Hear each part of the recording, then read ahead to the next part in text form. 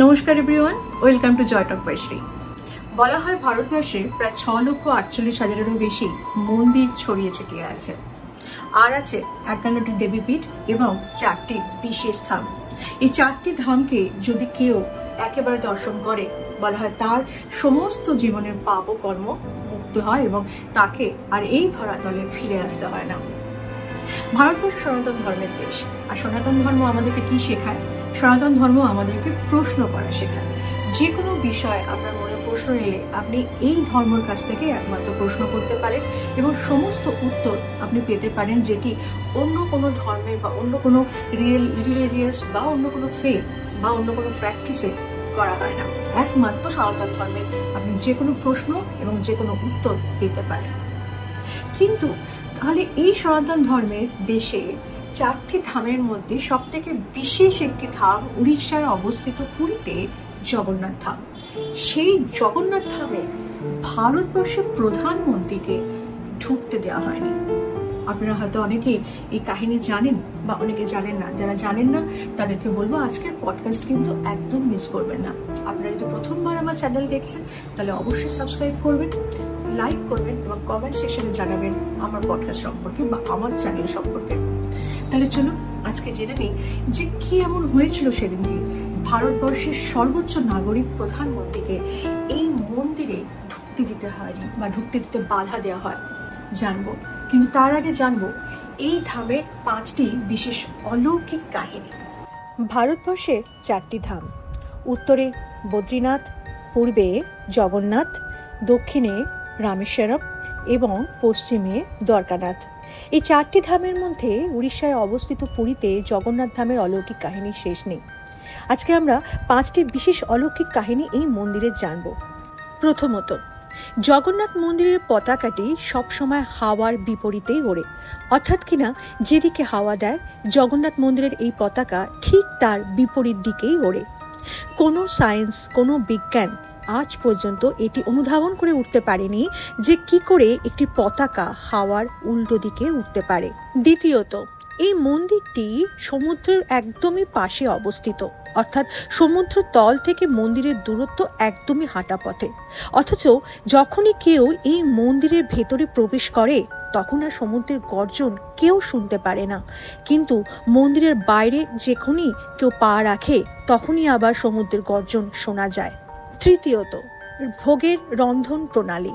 বলা হয়ে থাকে এই মন্দিরের ভোগের রন্ধনের জন্য 500-রও বেশি মানুষ নিয়োজিত এবং এই ভোগের রান্না এক অদ্ভুত প্রক্রিয়ায় রান্না হয়ে থাকে। অর্থাৎ প্রথমত এই ভোগ সবসময়তে কাঠের আগুনেই রান্না হয়ে থাকে, কাঠের উনুনের দ্বারা এই ভোগ প্রস্তুতি হয়। আর দ্বিতীয়ত হচ্ছে এই মন্দিরে ভোগের সময় একটি পাত্রের ওপর আরেকটি পাত্র, তার ওপর আরেকটি পাত্র এবং সবকটি মাটির পাত্র, এবং এই 7খানি মাটির পাত্রর মাধ্যমে ভোগ রান্না প্রস্তুতি হয়। এবং অদ্ভুতভাবে সব থেকে ওপরের পাত্রটি, অর্থাৎ কিনা যেটি আগুনের একদম ওপরে থাকে, সেই পাত্রটির রান্না সব থেকে আগে প্রস্তুত হয়ে থাকে।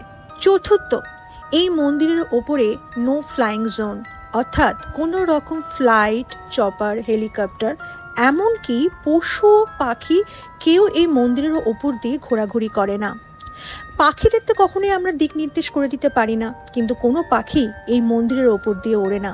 যদি বা কখনো কোনো পাখি এই মন্দিরের ওপরে এসে বসে তাহলে সেটিকে একটি অলৌকিক নির্দেশ হিসেবেই ধরা হয়ে থাকে বা সংকেত হিসেবে ধরা হয়ে থাকে। পঞ্চম ঘটনা হচ্ছে, এই মন্দিরে শুধুমাত্র হিন্দু ধর্মের মানুষরাই প্রবেশ করতে পারে।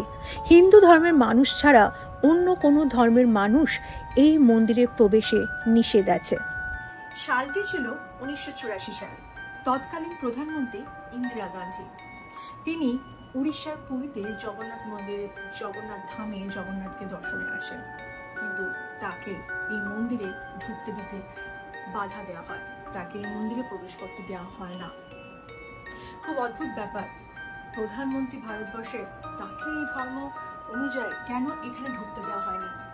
জানবো এর পেছনের কাহিনী, কিন্তু তার আগে একবার জেনে নিই এই প্রধানমন্ত্রীর বিশেষ 5খানি কাহিনী। প্রথমত, ইন্দিরা গান্ধী ভারতবর্ষের প্রথম মহিলা প্রধানমন্ত্রী, যাঁর জন্ম 1917 সালে 19 নভেম্বর হয়। দ্বিতীয়ত, ইন্দিরা গান্ধীর পিতা জওহরলাল নেহরু, যিনি প্রথম স্বাধীন ভারতের প্রথম প্রধানমন্ত্রী হিসেবে নির্বাচিত হন। তৃতীয়ত, ইন্দিরা গান্ধী ভারতবর্ষের প্রথম প্রধানমন্ত্রী যিনি ভারতবর্ষে এমার্জেন্সি ডিক্লেয়ার করেন। সালটি ছিল 1975 থেকে 1977 সাল। চতুর্থত, ইন্দিরা গান্ধী প্রথমবার 1966 থেকে 1977 সাল অবধি দেশের প্রধানমন্ত্রী পদে ছিলেন এবং পুনরায় তিনি 1980 থেকে 1984 সাল অবধি প্রধানমন্ত্রী পদে প্রতিষ্ঠিত ছিলেন। পঞ্চমত, ইন্দিরা গান্ধী বিবাহ করেন ফিরোজ খানকে 1942 সালে, যিনি একজন পার্সি বা কেউ কেউ বলে থাকেন ফিরোজ খান ধর্মে নাকি মুসলমান ছিলেন। কিন্তু গান্ধীর সারনেমটি কি করে তারা পেল সেটি নিয়ে অনেক কন্ট্রোভার্সি আছে। ইন্দিরা গান্ধী ফিরোজ খানের সঙ্গে বিবাহ করেন এবং ফিরোজ খান যে মুসলিম বা পার্সি সেটা এখানে এই প্রমাণ আমরা দিলাম। এটা অবশ্যই আপনারা জানেন যে আর যাই হোক, ফিরোজ খান ইজ নট আ হিন্দু, তিনি হিন্দু নন। সেহেতু ইন্দিরা গান্ধী এবং ইন্দিরা গান্ধীর পরিবারও হিন্দু নয়। সেই হেতুই ইন্দিরা গান্ধী যখন জগন্নাথ ধামে আসেন তখন সেই সময় ইন্দিরা গান্ধী হতে পারে দেশের প্রধানমন্ত্রী, কিন্তু জগন্নাথ ধামের নিয়ম অনুযায়ী তিনি একজন অন্য ধর্মের মানুষ বলে তাকে সেই মন্দিরে প্রবেশ করতে দেওয়া হয়নি। বলা হয় জগন্নাথ ধামের প্রথম থেকে, অর্থাৎ জগন্নাথ ধাম যবে থেকে এই পৃথিবীতে উৎপত্তি হয়েছে সেই সময় থেকেই একমাত্র জগন্নাথ ধামে হিন্দুরাই প্রবেশ করতে পারে। কোনো রকম মুসলমান, খ্রিস্টান, বৌদ্ধ কেউই এই মন্দিরে প্রবেশ করার অধিকার নেই। একমাত্র 4টি ধামের মধ্যে এই জগন্নাথ ধামে এই বিশেষ একটি নিয়মাবলী প্রতিষ্ঠিত আছে। বলা হয় যারা পূজারী, যারা সেখানে পুজো করেন, তারাও কখনোই প্রভুর কাছ থেকে, অর্থাৎ জগন্নাথ প্রভুর কাছ থেকে তারা এই কখনো সংকেত পায়নি যে না এই নিয়মে ব্যতিক্রম হতে পারে, অর্থাৎ এই নিয়ম কখনোই চেঞ্জ হতে পারে, এরকম তারা কখনোই প্রভুর কাছ থেকেও তারা সংকেত পায়নি। তাই এই নিয়মটি সবসময় চলে এসছে। আরেকটি কাহিনী বলা হয়ে থাকে, যেহেতু মুঘলরা আমাদের দেশে এসেছে এবং মুঘলরা যেরকম ভাবে আমাদের অনেক মন্দির, অনেক স্থাপত্য, অনেক কিছু ধ্বংস করেছে, যেমন ধরুন নালন্দা বিশ্ববিদ্যালয় ধ্বংস করেছে বা খাজুরাহের প্রচুর মন্দির ধ্বংস করেছে, এরকম আরো অনেক বিশেষ বিশেষ মন্দির ধ্বংস করেছে এবং মুঘলরা একবার জগন্নাথ মন্দিরও ধ্বংস করার চেষ্টা করে থাকে এবং সেই জন্যেই তারপর থেকে মুসলমানদের পুরোপুরি এই মন্দিরে প্রবেশ করার অধিকার নেই। একমাত্র রথযাত্রার সময় যখন জগন্নাথ দেব তার ভাই বলরাম এবং বোন সুভদ্রার সঙ্গে রথযাত্রায় বেরোয়, তখন যে কোনো ধর্মের মানুষই এই জগন্নাথ দেবকে দর্শন করতে পারে এবং সেই জন্যই রথযাত্রার সময় লক্ষ লক্ষ মানুষের ভিড় জমে এই পুরীর জগন্নাথ ধামে। এই ঘটনাটিকে নিয়ে সেই সময় দেশ উত্তাল হয়েছিল বটে, কিন্তু সবাই জানে জগন্নাথ ধামের এই নিয়মাবলী কখনোই চেঞ্জ হতে পারে না, সেটা প্রধানমন্ত্রীর জন্যই হোক বা রাষ্ট্রপতির জন্যই হোক, কারোর জন্যই এটি কখনোই চেঞ্জ হতে পারে না। এরকম অনেক সময়তেই অনেক অন্য ধর্মের মানুষরাই এখানে এসছে, তারা দান করেছে, কিন্তু জগন্নাথ ধামের ভেতরে গিয়ে জগন্নাথকে দর্শন করতে পারেনি। একমাত্র রথযাত্রার সময়তেই সবাই এই জগন্নাথ প্রভুর দর্শন করে থাকে, সমস্ত ধর্মের মানুষরা। তাহলে আজকে পডকাস্ট থেকে জানলাম যে কেন সেই দিনকে ইন্দিরা গান্ধীকে, অর্থাৎ দেশের প্রধানমন্ত্রীকে, সেই জগন্নাথ ধামে প্রবেশ করতে দেওয়া হয়নি। আজকের পডকাস্ট আপনাদের কেমন লাগলো অবশ্যই আমাকে জানাবেন কমেন্ট সেকশনে। আপনাদের মতামত থাকলেও অবশ্যই জানাতে ভুলবেন না। আর প্রথমবার দেখলে আমার চ্যানেলকে সাবস্ক্রাইব করবেন, লাইক করবেন এবং শেয়ার করতে ভুলবেন না। তাহলে আজকে আসি, সবাই ভালো থাকবেন, টাটা।